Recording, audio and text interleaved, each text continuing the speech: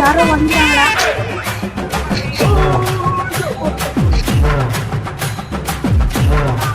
மாமா தான் ஏதோ வாங்கிட்டு வந்திருக்காங்கடா.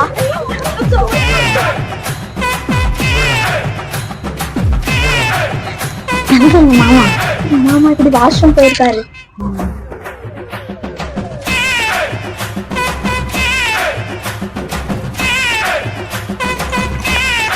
பிரியாணி இதெல்லாம் எங்க மாமா காலையில சொன்ன வேலையெல்லாம் நான் செய்வேல. எப்படி பிரியாணி சாப்பிடுறது மாமா கூட சேர்ந்து ஐடியா சொல்ல ஏதாவது ஒரு ஐடியா இருக்குடா.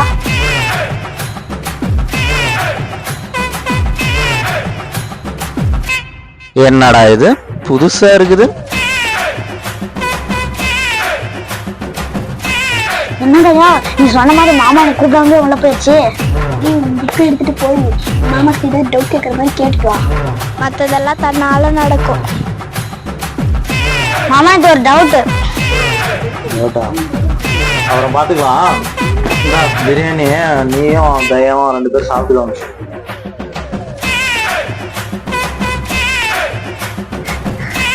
பிரியாணி சூப்பர்ல.